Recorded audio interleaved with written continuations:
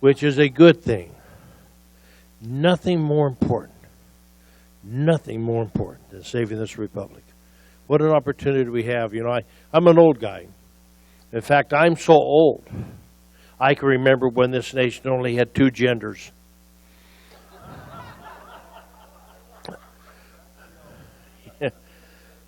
And in my home, that's all we still have is two genders.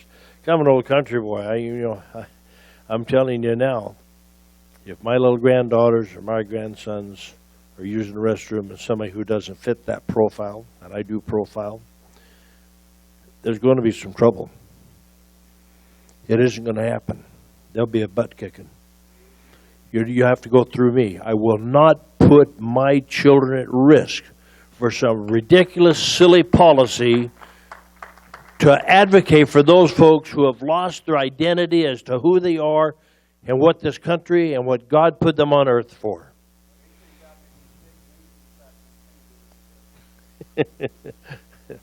It's true. But I'm grateful. You know, this has been a long road, and I'm grateful that we're here. I remember when we passed House Bill 2779, the Employers Arizona Legal Workers Act, and it went before Judge Neil Wake, federal court. And he said it, I think, as well as anybody, the issue kind of what we're talking about here.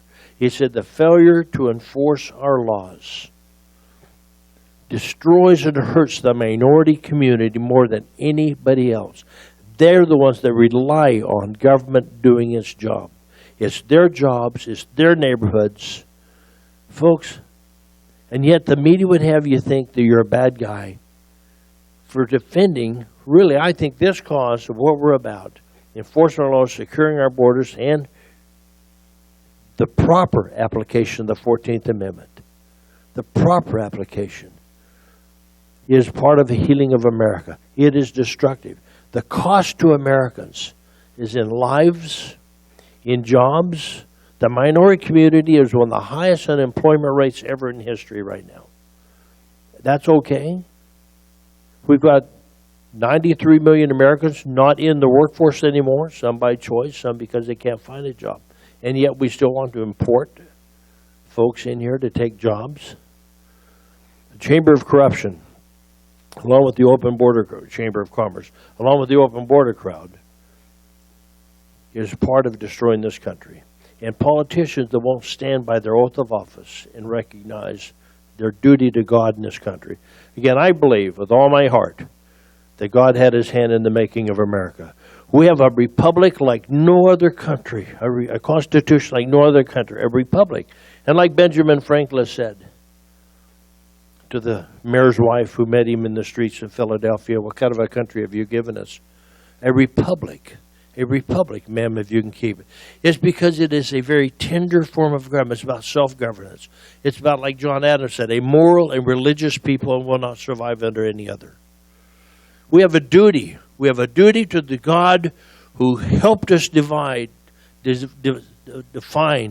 our God-given rights, put a constitution together and a Bill of Rights to protect, not to give you those rights, to protect those God-given rights. Nobody has a right to change those in good times or bad times. I was one of the first folks out to oppose the Patriot Act. I'm one of the first folks to speak up and talk about the things that I think have to be talked about today. And they're not politically correct. And I don't intend to be politically correct. I want to be on God's side. And I hope God is on my side. We have a duty to those who have fallen and given their lives. You know, not to make this, about me, this conference here is so significant in terms of what it stands for. And I want to thank Ron Lutters and Ted Hayes for putting it together. They deserve great big thanks. I mean, to the boldness and what it's about. Again, what it's about. Remember what this conference is about. And we just lost an officer. And as we talk about, all lives matter. We just lost an officer, Glasser, and I want to make sure everybody recognizes that and take a moment of silence for him and his family.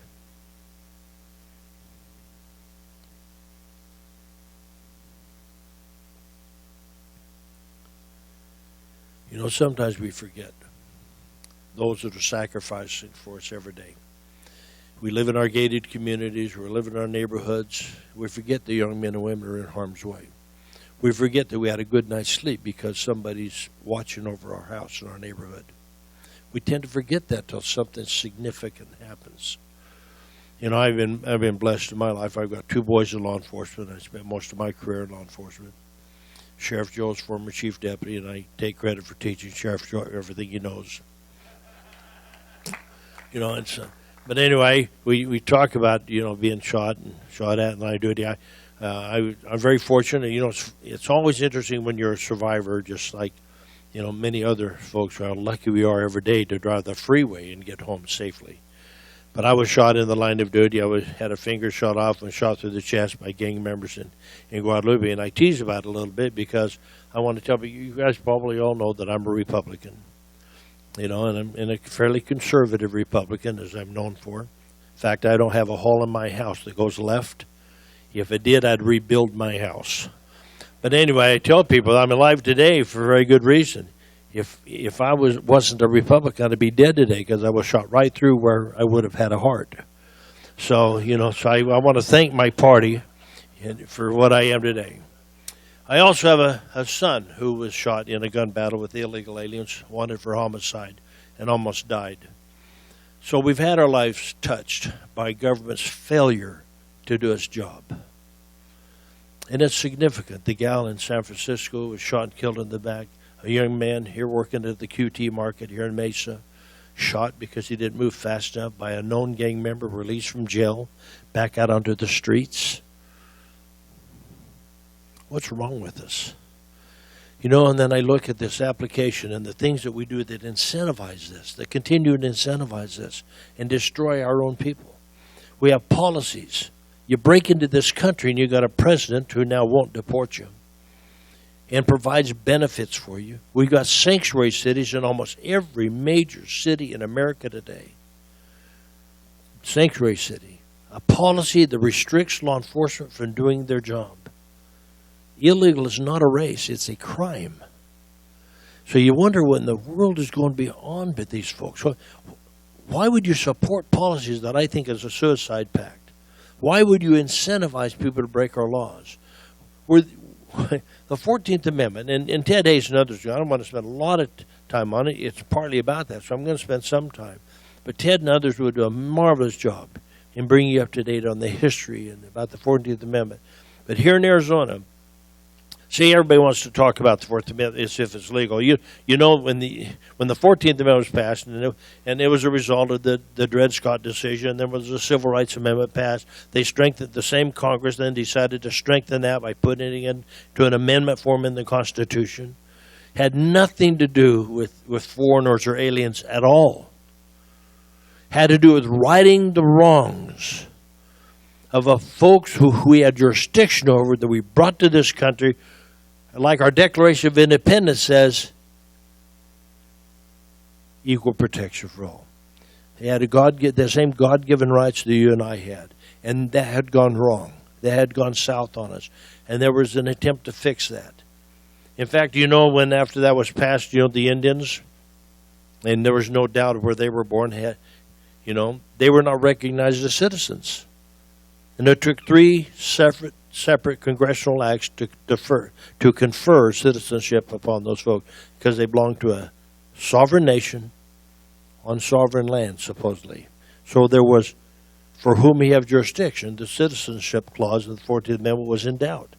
And the courts ruled that way. And so it had nothing to do with your GPS location. It had to do with your allegiance and your commitment, not only under the law, but political alliance and allegiance to this country. If you're born to a foreign diplomat or somebody traveling through America, United States, on vacation, whatever, you have a child, that child is a citizen from the country you came. You're not a citizen here. And it's just like our folks. If you're traveling in foreign countries and you have a child, it's a citizen of the United States, not of that country. It's just a little bit of common sense. I know it's not expected, a lot of it today, especially from our politicians. But common sense, besides the language and the debate that went on that they don't listen to, and there's never been a ruling on the citizenship issue directly as it relates to the 14th Amendment. There's been rulings around it, and actually there was a Slaughterhouse and the Kim Ark decision that both had to do with making sure the 14th Amendment had nothing to do with GPS location in terms of birth. 4 minutes. We're going to move fast here. But those things. But real carefully, I want to tell you the things that can be fixed by simply enforcing the law. First of all, take away the bird feeder. You can't reward people who break our laws. You can't incentivize people to come here and take advantage of our laws. Our politicians could fix that, ought to fix that, have the authority to fix that, and have failed us. Again, we were going to fix so many things when we gave Congress, the Republicans Congress. They didn't do it. Then they said, but we need the Senate. We gave them the Senate. They didn't do it. I'm as disappointed as Cruz says to the bipartisan cartel that exists in Washington, D.C. We have a country to fix, and no longer can we put people in office that don't have the courage, the guts, the intelligence, and the understanding of the Constitution to rule over us and ignore we the people. We have a country to fix. We have a republic to save. And there are things that have to be done. And we cannot take prisoners. A couple of real quick minutes. Just very simple. The data that you'll never hear from the papers and the press. After SB 1070 was passed, I'm grateful for my friends in the Phoenix Law Enforcement Association, the largest law enforcement association in Arizona, put out a press release about a year after that, after they'd seen the effects. They put out a press release, I've never seen it in the paper, that said because of SB 1070, Phoenix is experiencing a 30-year low in crime, an unprecedented drop in crime. They said homicides are down, auto theft is down, thefts are down. And they said, we've done nothing different. We have 600 police vacancies, old policies, old strategies. Nothing's changed except for SB 1070. Even the Arizona Republic admitted that 150,000 fled the state of Arizona. No roundups. They simply believed the law was going to be enforced, and they fled the state. Bill Montgomery just spoke the other day and recognized and give credit to where credit is due. I mean, every politician wants to think they're the cause of the crime change, But he said Maricopa County currently is experiencing a 50-year low in crime as that continued to plummet. Again, a 50% drop in homicides, a 46% drop in theft, a 47% drop in auto theft. And right after employer sanctions, the Legal Workers Act was passed, jobs in Arizona rose 2% overnight. Overnight. No government program has had those kind of results. No government program has had the results in the reduction of crime. Folks, it's a very simple formula. Enforce our laws as they're intended to be forced. Secure the border. Protect Americans. You as citizens of the United States of America have a right, a constitutional right, to the protection of the laws to protect you from those who break our laws. And government's failure to do that makes them complicit in the deaths, the maimings, the destruction, the job loss, and the hundreds of billions of dollars it costs you to educate, medicate, and incarcerate those that are in this country illegally. Why don't we stand up for Americans? Stand up for the rule of law. It's our job. I want to thank each one of you. I love this country. I'm a studier of the Constitution. I pay attention. I know the real George Washington, the real Benjamin Franklin, the real Thomas Jefferson, Thomas Prince, the old North Church in Boston, and a great miracle that occurred there. And we sang the Star Spangled Banner. And I'm going to take I'm out of time, but do you guys know the story behind that? Or you know the story behind, the real story behind that? Why that flag didn't come down, that song is about? It didn't come down because, as Francis Scott Key was pleading with the ships not to fire in the fort, because it was full of families, not just soldiers, families, pleading with them. He said, I've given you your out. You've got to lower that flag. That lowering that flag means you surrender. The shooting, the bombings will stop. And as he's pleading, and again, they wanted to go back and let them know again what they needed to do, and he wasn't allowed to. He said the bombing's starting.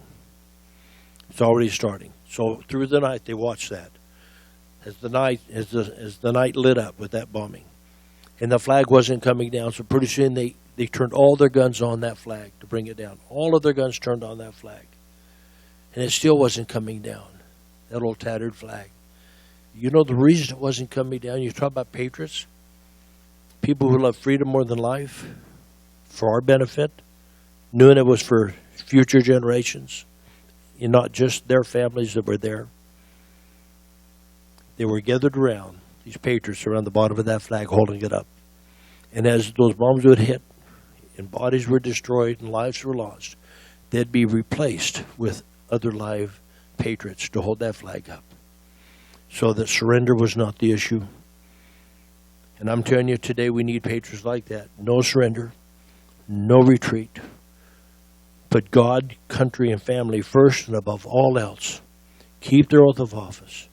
Protect the very values that we have and hold dear to our heart, and they're given to us through the shedding of blood. May God bless you. May we work vigilant. Make sure we elect nobody not willing to fix the problems of this country. And if we don't come together for Donald Trump, he is our nominee. And again, I'm a big Cruz guy, but I do know, and I was at his first little rally here in Phoenix because I loved what he brought to the debate. He's the first one brought up the 14th Amendment directly and took it on publicly. He's the one that's talked about securing the border. He's a warrior.